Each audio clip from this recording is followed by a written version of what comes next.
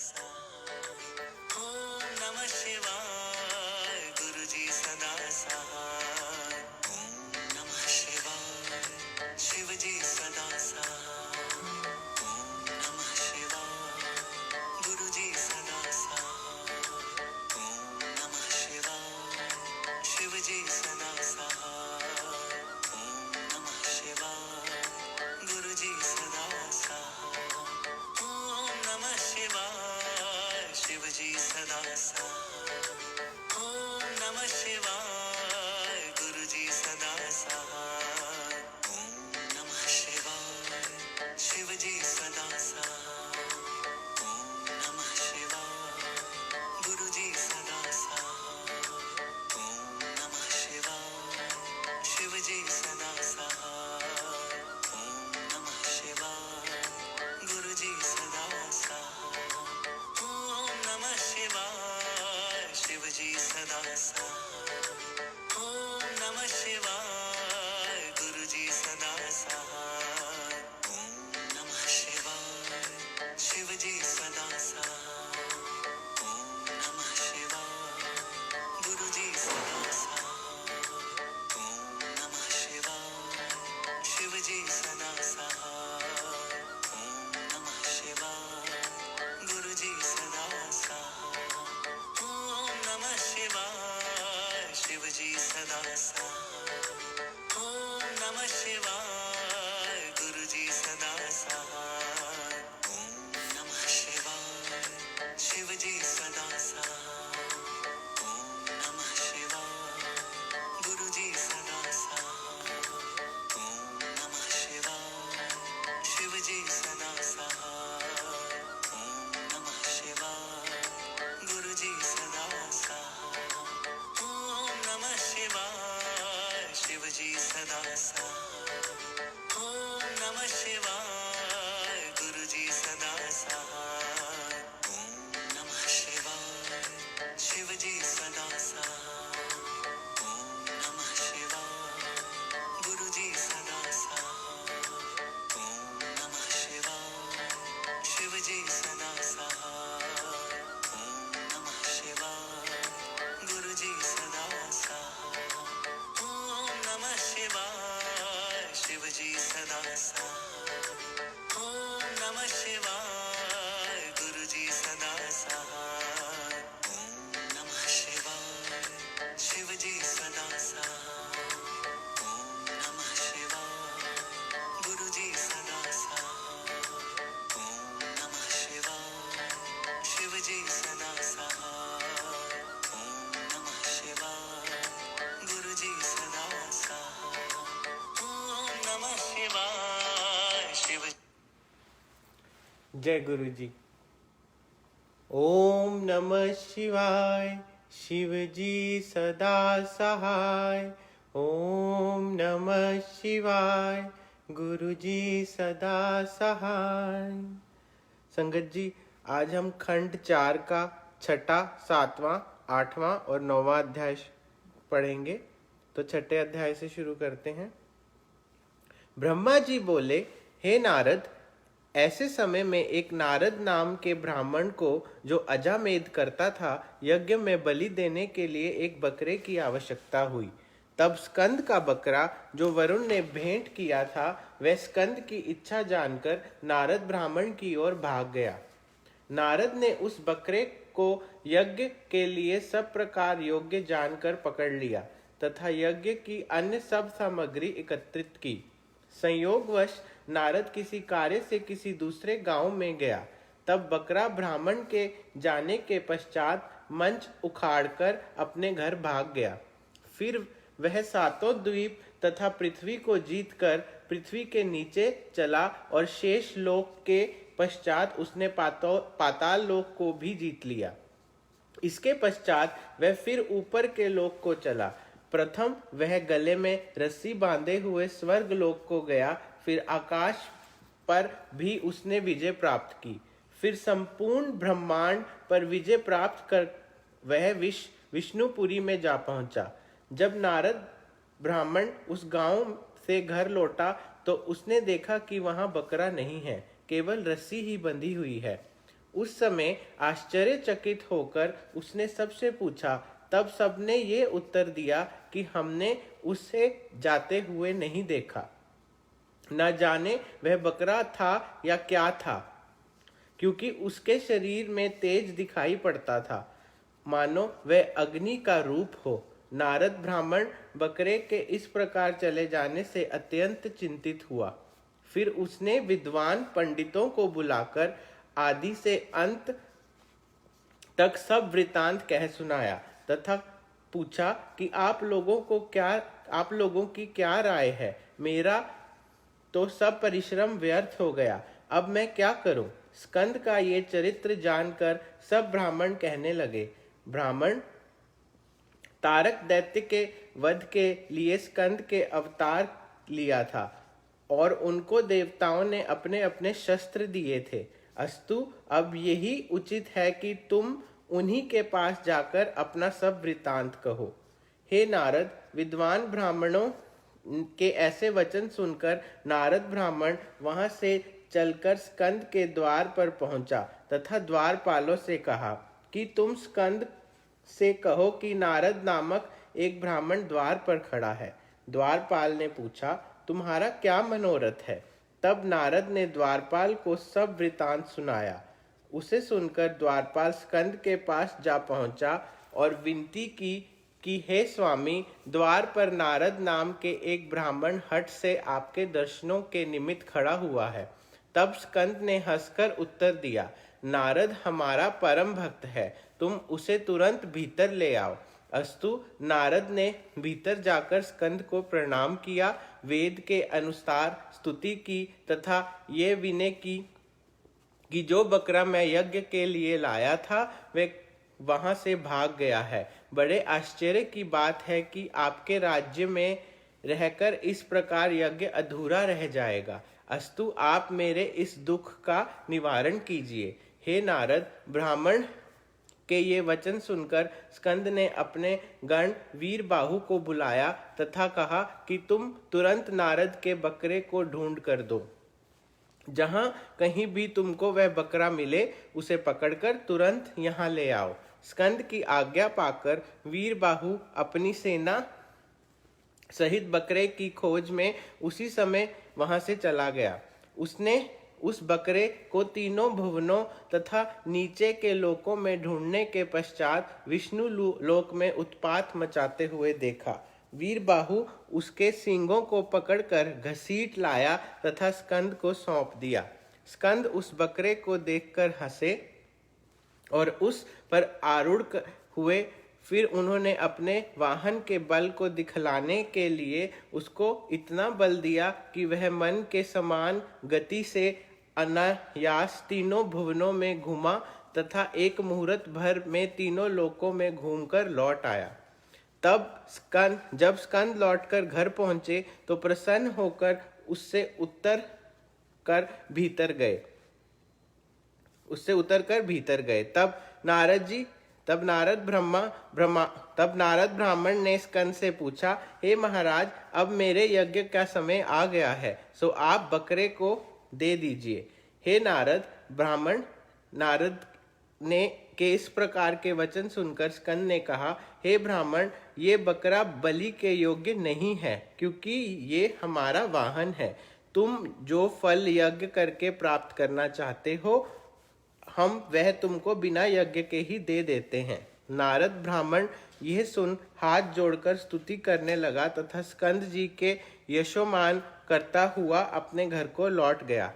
तब देवताओं तथा मुनियों आदि ने स्कंद की स्तुति करने के पश्चात निवेदन किया, स्वामी, हमारे ऊपर जो अनेक कष्ट हैं, आप उनको दूर कीजिए। स्कंद ने हंसकर उत्तर दिया, हे देवताओं, तुमको जिसने इतना दुख पहुंचाया है, हम अपने गणों सहित जाकर उसका वध करेंगे तथा एक निमेष में ही दैत्यों की सेना नष्ट कर डालेंगे।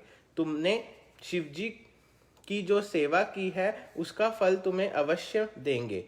अब तक जो कुछ भी हुआ है उसे तुम शिवजी की लीला ही समझो। शिवजी अपने भक्तों को सदैव आनंद प्रदान करते हैं, परंतु दुष्टों के लिए वह बहुत भयानक है। इस प्रकार स्कंद के मुख से शिवजी की लीला का वर्णन सुनकर देवता लोग अत्यंत प्रसन्न हुए, जय जयकार करने लगे। छठा अध्याय समाप्त होता है। अब सातवां अध्याय शुरू करते हैं। ओम नमः शिवाय, शिवजी सदा सहाय। ओम नमः शिवाय, गुरुजी सदा सहाय। ब्रह्मा जी बोले, हे नारद, स्कंद के मुख से ये वचन सुनकर विष्णु जी ने देवताओं सहित कहा, हे स्कंद, आप शिवजी के पुत्र अर्थात शिवजी हैं। आप असुर रूपी वन के लिए दावागिन के समान हैं। इस प्रकार सबने स्तुति की। उस समय गिरिजा, गंगा, बलि तथा मुनि पत्नियां आदि स्कंद की माताएं अपने पुत्र की इतनी शक्ति देखकर परस्पर लड़ने लगी और वह सब उनको अपना अपना पुत्र कहने लगी। हे नारद, तब तुमने उन सबको जाकर समझाया। तुम्ही ने शिवजी की इच्छा अनुसार स्कंद के जन्म का ठीक ठीक वर्णन किया तथा कहा कि ये शिवजी एवं गिरिजा के ही पुत्र हैं। इन्होंने देवताओं के मनोरथ पूर्ण करने के लिए ही अवतार लिया है। ये सुनकर गिरिजा के सिवाय सब अत्यंत दुखी हुए। तब स्कंद ने प्रसन्न होकर गंगा से कहा, हे माता, तुम तो संसार की माता हो तथा शिवजी की पत्नी हो। अस्तु, मैं तुम्हारा पुत्र सदैव कहलाऊंगा। उसी प्रकार स्कंद ने सबको समझा दिया। तत्पश्चात स्कंद ने विष्णु जी तथा ब्रह्मा जी से कहा, हम दैत्यों का क्षण भर में नाश कर देंगे। आप लोग किसी प्रकार की चिंता मत करें। आप सब लोग तत्पर होकर शिवजी की सेवा करें।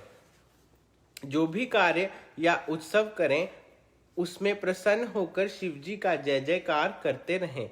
यह आज्ञा पाकर समस्त देवता और आदि एक साथ शिवजी का जय जयकार करने लगे।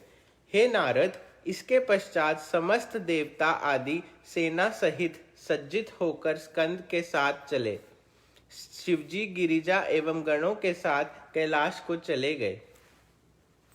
उस समय तारक ने ये सुनकर तथा देवताओं के सब उपाय का परिणाम जानकर बड़े क्रोध से देवताओं पर आक्रमण किया तथा उनका सामना करने के लिए चतुरंगिणी सेना को सजाकर करोड़ों सैनिकों को अपने साथ लेकर चला। उस समय युद्ध के बाजे बजने लगे। हे नारद, उस समय तुमने तारक के पास जाकर ये कहा, हे असुरराज, अब तुम्हारे लिए बड़ी विपत्ति आ पहुंची है, क्योंकि देवता आदि ने शिवजी की सेवा एवं भक्ति करके तुम्हें मार डालने का उपाय किया है। तुमने तारक को सब वृतांत आदि से अंत तक कह सुनाया कि शिवजी को कल्प वृक्ष के समान समझो। वह सबको समान दृष्टि से देखते हैं तथा भक्ति एवं सेवा के अधीन रहते हैं। इसीलिए तुमको यही उचित है कि तुम भी कोई उपाय करो, तदुपरांत देवताओं के साथ युद्ध करो। यदि तुम विजय प्राप्त करना चाहते हो तो हमारा कहना मानो। यदि तुम हमारी बात नहीं मानोगे तो तुम्हारा इसी समय अवश्य ही नाश हो जाएगा। हे नारद, मृत्यु के वशीभूत होकर तारकासुर ने तुम्हारी इन बातों पर कोई ध्यान नहीं दिया तथा हंसकर बोला, हे नारद, तुम विष्णु जी के पास जाकर कह दो कि तुम जिस प्रकार भी वीरता पूर्वक युद्ध कर सकते हो करो, उसमें किसी प्रकार की कोई कमी न करना। तुम इस दूध पीते बच्चे को अपना अगुआ बनाकर लड़ाई करना चाहते हो। इससे मालूम होता है कि तुम इस युक्ति द्वारा अपने मृत्यु चाहते हो। हमने तुम्हारी वीरता की कई बार देखी है। तुम दूसरों पर भरोसा करते हो, परंतु दूसरे के बल से विजय नहीं मिलती। एक मुचुकुंद के बल से भी तुमने चाहा था कि हम पर प्रबल हो सको, सो हमने उसकी भी वीरता देख ली और सब देवताओं को उसके साथ ही बंदी बना लिया। अब तुम इस छोटे से लड़के को साथ लेकर हमसे युद्ध करना चाहते हो, सो मैं तुमको दिक्पति सहित मारकर त्रिभुवन निष्कंटक राज्य करूंगा। हे नारद, ताड़कासुर के ऐसे गर्वपूर्ण वाक्य सुनकर तुमने क्रोधित होकर उत्तर दिया, हे तारक, अहंकार सदैव दुखदायी होता है। तुमने जिस मुचुकुंद का वर्णन किया है वह शिवजी का परम भक्त था। शिवजी उसके सहायक हैं। जिसके ऊपर शिवजी कृपा करते हैं वह देवताओं, मुनीश्वरों तथा मनुष्यों से अधिक शक्तिशाली होता है। तुम जिसको दूध पीता बालक समझते हो वह तो प्रलयकारी शिव का ही स्वरूप है।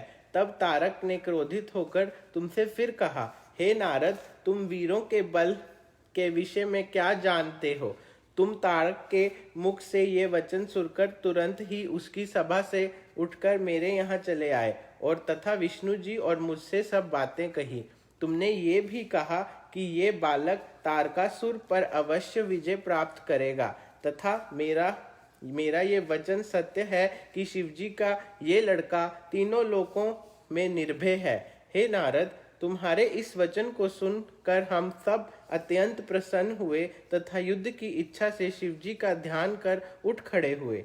स्कंद को सेनापति बनाकर इंद्र के हाथी पर चढ़ाया तथा लोकपाल एकत्रित हुए। रणभेरी, दुदुम्बी, मृदंग, वीणा, बीन आदि युद्ध के बाजे बजने लगे तथा नृत्य गायन होने लगा। स्कंद इंद्र को हाथी सौंपकर स्वयं विमान पर सवार हुए। तब चारों ओर से शिवजी के पुत्र का जय जयकार हुआ। वरुण, इंद्र, अनल, यमराज, कुबेर, ईशान आदि आठों दिक्पति अपनी सेना सहित युद्ध के लिए तत्पर हो गए। विष्णु जी ने शिवजी का ध्यान कर आनंद प्राप्त किया। उनकी सेना का वर्णन करना कठिन है क्योंकि वह त्रिभुवन के स्वामी हैं। इसके पश्चात पूरी सेना त्रिभुवनपति को सबसे आगे करके चली तथा स्कंद पर्वत से नीचे उतरकर अंतवेद में स्थित हुई। फिर उसके मध्य भाग को, जो हरविन्या के नाम से प्रसिद्ध है, युद्ध स्थल निश्चित कर ताड़कासुर को युद्ध का संदेश भेजा गया। 7वां अध्याय की समाप्ति होती है। तो पिछले दोनों अध्यायों में स्कंद जी की ही महिमा बताई हुई है। शिव जी के पुत्र, उनकी क्या महिमा है, उन्होंने क्यों अवतार लिया, शिव जी और गिरिजा माँ ने क्यों अवतरित किया उनको, वो ताड़कासुर का वध कैसे करेंगे, आगे हम ये भी पढ़ेंगे अभी। तो सब उनका ही वर्णन किया गया है पिछले दोनों अध्यायों में। साथ में ये भी वर्णन किया गया है कि शिव जी के भक्त, जो भी शिव जी का भक्त है वो हमेशा ही कई देवताओं, कई मुनीश्वरों सबसे शक्तिशाली होता है, क्योंकि शिव जी सदा उनके सहाय रहते हैं। तो अब हम 8वें अध्याय पे चलते हैं। ओम नमः शिवाय, शिव जी सदा सहाय। ओम नमः शिवाय, गुरु जी सदा सहाय। ब्रह्मा जी बोले, हे नारद, तारकासुर भी एक अच्छे विमान में छत्र चवर के साथ आरूढ़ होकर अपनी विशाल सेना सहित रणभूमि में आ पहुंचा। इस प्रकार दोनों सेनाएं अंतवेद में आ पहुंची। दोनों ओर से गढ़ी बनाई गई। पहली पंक्ति हाथियों की, दूसरी घोड़ों की, तीसरी रथों तथा चौथी प्यादों की। इस प्रकार क्रम से सेना सजाई गई। दोनों ओर के वीर सांग, शूल, परशु, पाश, कृपाण, भिंडपाल, तोमर, मुगदर, चक्र, भुशुंडी, नारा आदि अस्त्र शस्त्र लेकर युद्ध स्थल में अपनी वीरता दिखलाने के लिए आ पहुंचे। तभी दोनों ओर वीरों के बड़े वेग से युद्ध रचना की। फिर देवता तथा दैत्यों का घोर युद्ध आरंभ हुआ। दोनों ओर से चतुरंगनी सेना नष्ट हुई। यहाँ तक कि थोड़ी ही देर में ये युद्ध स्थलों सैनिकों के मृत शरीरों से भरकर भयानक हो गया। अनेक वीर पृथ्वी पर गिरकर मार मार शब्द का उच्चारण करते रहे। कोई तलवार से घायल, कोई मुदगर तथा गदा से मूर्छित था। रक्त की नदी बह चली। भूत, प्रेत, पिशाच आदि के रक्त पीकर तृप्ति प्राप्त कर ली। बेतालों ने आकर हाथियों के सिर उछाले। इसी प्रकार धीरे धीरे देवता एवं दैत्य मरे, परंतु कुछ समय के पश्चात युद्ध भूमि प्रलय के समान दिखाई देने लगी। तारक स्वयं इंद्र से युद्ध करने लगा। अग्नि सरहंद परस्पर युद्ध करने लगे। यमराज के साथ जुम्ब ने युद्ध किया। निऋष्टि के साथ संबल तथा पवन के साथ पवमान, धनपति के साथ बृहत्सेन, उष्णा के साथ धननाद, सूर्य के साथ सुनाई तथा चंद्रमा के साथ सुलग द्वंद्व युद्ध करने लगे। इन सब ने घोर युद्ध किया। दोनों दलों पर अपनी अपनी विजय प्राप्त करने की इच्छा करते थे, परंतु कोई भी परास्त ना हुआ। उस समय युद्ध स्थल अग्नि से जले हुए वृक्षों के समान भयानक दिखाई देता था। हे नारद, युद्ध भूमि का ऐसा दृश्य देखकर तारकासुर ने बड़े वेग से इंद्र के ऊपर आक्रमण किया तथा उनके हृदय में सांग मारी। सांग के आघात से इंद्र हाथी से धरती पर गिर पड़े। इसी प्रकार दिक्पति भी दैत्यों से पराजित होकर भाग चले। कोई भी युद्ध में दैत्यों के सन्मुख खड़ा न रह सका। इस प्रकार देवताओं की पराजय देखकर मुचुकुंद ने सोचा कि अब मुझे देवताओं की सहायता करनी चाहिए। मैं शिवजी का उपासक हूँ और वह मेरे सहायक हैं। ये सोचकर मुचुकुंद तारक दैत्य के सन्मुख आया। फिर बड़ी देर तक वह युद्ध करते रहे, परंतु दोनों में से कोई भी किसी को परास्त न कर सका। अंत में कोई उपाय न देख मुचुकुंद ने तलवार हाथ में लेकर तारक दैत्य के हृदय पर प्रहार किया। ये देख तारक ने हंसकर कहा, हे मुचुकुंद, तुम मनुष्य हो, मुझे तुम्हारे साथ युद्ध करने में लज्जा आती है। मुझे बड़ा खेद है कि तुमने मेरे ऊपर जिस शस्त्र का प्रहार किया है उसका मुझ पर कोई प्रभाव न पड़ा। तब मुचुकुंद ने उत्तर दिया, हे असुरराज, मैं अब शिवजी की कृपा से तुझको जीवित नहीं छोड़ूंगा। ऐसा कौन सा दैत्य है जो मेरे सन्मुख खड़ा होकर मेरे प्रहार को सह सके। ये कहकर मुचुकुंद ने तारक के ऊपर एक और अस्सी मारी।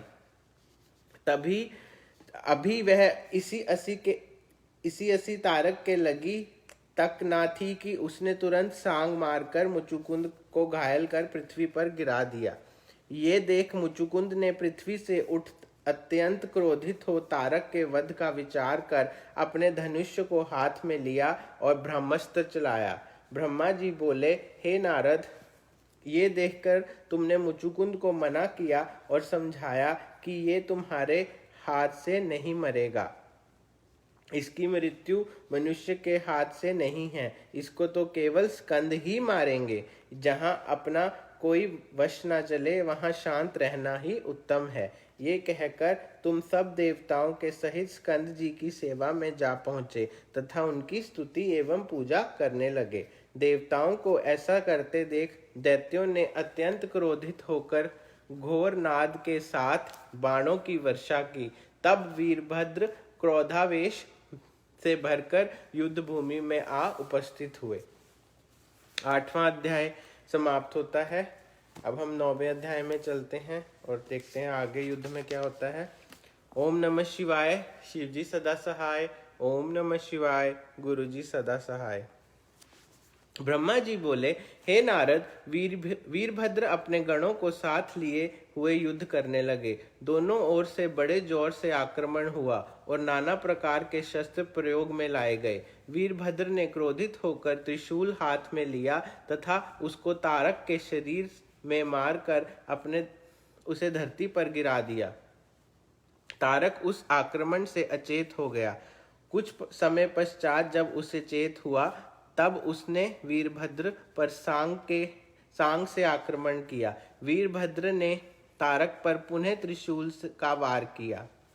जब बहुत देर तक दोनों में से कोई भी परास्त न हुआ तो हे नारद, तुमने वीरभद्र से जाकर ये कहा, हे वीरभद्र, तुम हमारी बात मानकर लड़ाई बंद कर दो। तारक की मृत्यु तुम्हारे हाथों नहीं होगी। जब शिवजी स्वयं उसके साथ युद्ध करेंगे तब ही उसकी मृत्यु होगी। वीरभद्र ने यह सुनकर तुमसे क्रोधित होकर कहा, हे नारद, तुम युद्ध तथा वीरता की बात क्या जानो। तुम केवल तप करना ही जानते हो। मैं तुमको वीरों के विषय में बताता हूँ कि उनके 4 धर्म होते हैं। जो स्वामी के बिना युद्ध करते हैं तथा अपने प्राणों का मोह नहीं ना करके भली भांति लड़ते हैं, वे प्रथम प्रकार के वीर हैं। जो स्वामी के साथ रणभूमि में संसार की लज्जा से मर जाते हैं, वे दूसरे प्रकार के हैं, उनको शूर कहते हैं। तीसरे, जो अपने स्वामी के साथ युद्ध स्थल त्याग कर भाग जाते हैं, उन्हें क्रूर कहते हैं। चौथे, वे जो निकम्मे होकर घर में बैठे रहते हैं तथा उनका स्वामी युद्ध क्षेत्र में मारा जाता है, उन्हें कायर कहते हैं।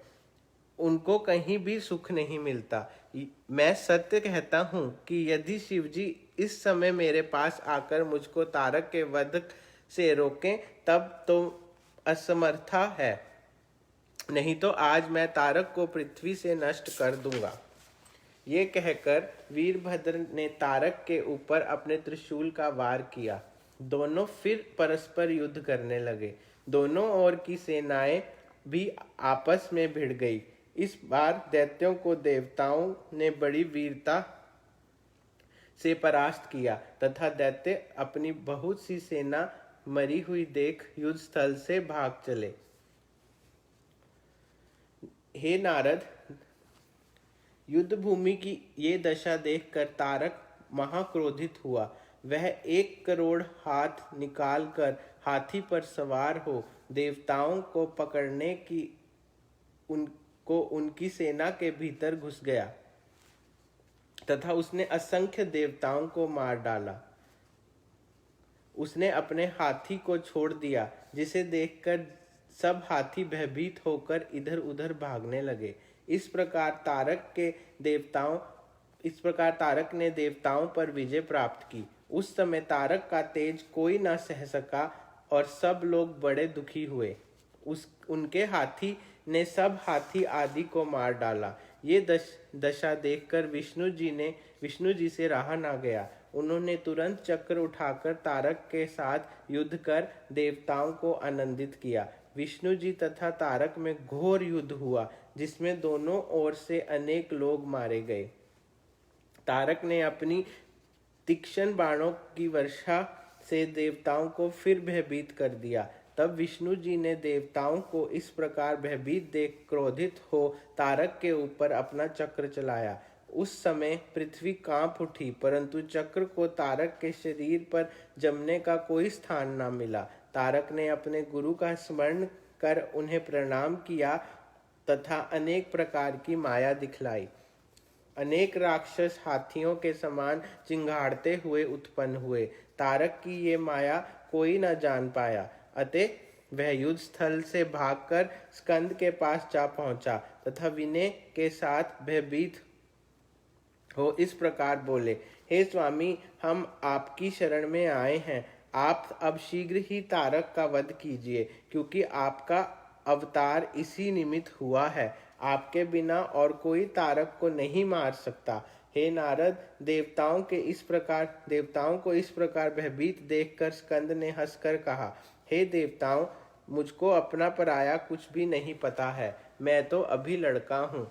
अभी तक मैं इसी बात की परीक्षा कर रहा हूँ कि किसके साथ युद्ध करूँ। यद्यपि मैं धनुर्विद्या बिल्कुल नहीं जानता। हे नारद, तुमने स्कंद के ऐसे वचन सुनकर कहा, हे महाराज, आप तो शिव से उत्पन्न हुए हैं। सृष्टि के रक्षक देवताओं को आप ही सुख की प्राप्त करवा सकते हैं। आप बालक, युवा या वृद्ध नहीं हैं।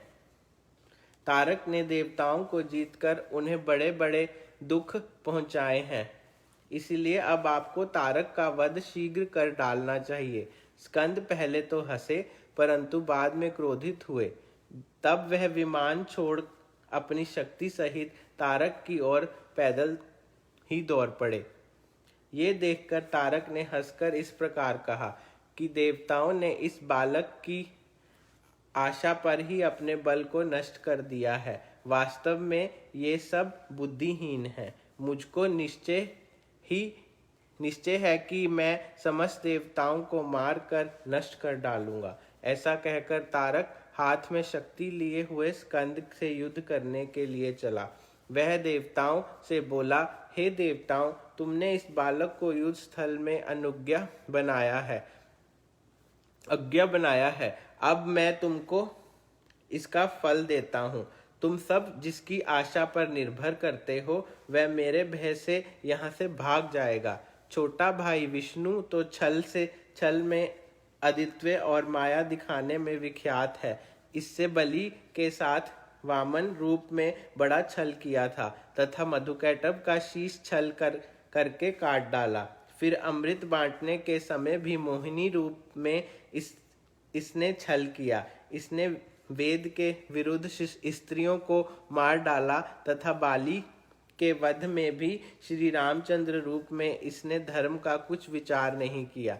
रावण को भी, जो ब्राह्मण जाति का था, उसको मारना वेद में निषिद्ध है, इसी ने मार डाला तथा अपनी स्त्री सीता को निष्पाप त्याग दिया। इसने कृष्ण रूप में पर स्त्रियों के साथ भोग करके वेद की रीति को त्याग दिया और अनुचित रीति से विवाह कर कलयुग की चाल चलकर बड़ा अधर्म किया।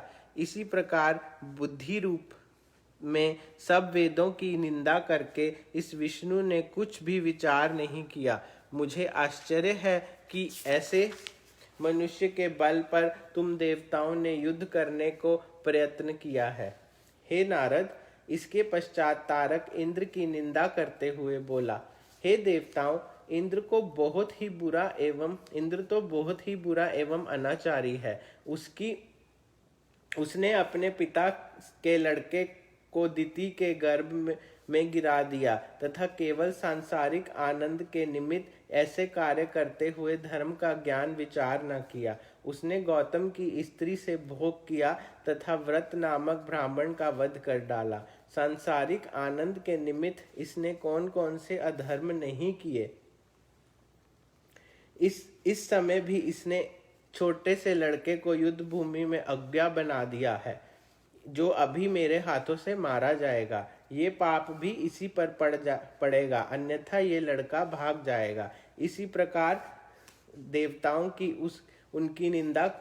से उनकी निंदा करते हुए तारक फिर स्कंद से बोला, हे बालक, तुम व्यर्थ अहंकार मत करो, यहाँ तुम्हारी कुछ ना चलेगी। जो मनुष्य ब्राह्मण का अपमान करता है, उसके धन, धर्म, बल और कुछ शेष नहीं रहते। ये कहकर उसने अपनी सांग उठाई।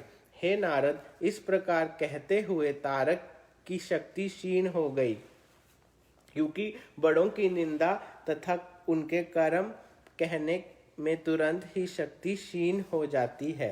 हे नारद, होता वही है जो सदाशिव की इच्छा होती है। संसार में ऐसा कौन है जिसकी बुद्धि शिवजी की माया के सन्मुख ठीक रह सकती है।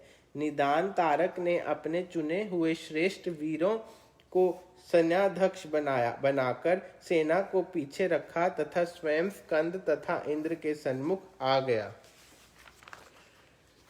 9वां अध्याय समाप्त होता है। ओम नमः शिवाय, शिवजी सदा सहाय। ओम नमः शिवाय, गुरुजी सदा सहाय। तो आप देखिए तारकासुर और स्कंद भगवान विष्णु जी, इन सब में कैसे युद्ध चल रहा है। विष्णु जी कैसे, तारकासुर ने विष्णु जी की निंदा की और कैसे उन्होंने इंद्र जी की निंदा की, और सबने अपना पूरा जोर लगा लिया अभी तक, बट तारकासुर का कुछ भी नहीं बिगाड़ पाए हैं वो अभी तक। और क्योंकि उनकी मृत्यु स्कंद के हाथों ही लिखी है, क्योंकि शिवजी भगवान और गिरिजा माँ ने स्कंद जी को अवतरित ही उसी के लिए किया गया है। तो आगे हम और पढ़ेंगे इस युद्ध में कैसे वो मारते हैं तारकासुर को स्कंद जी।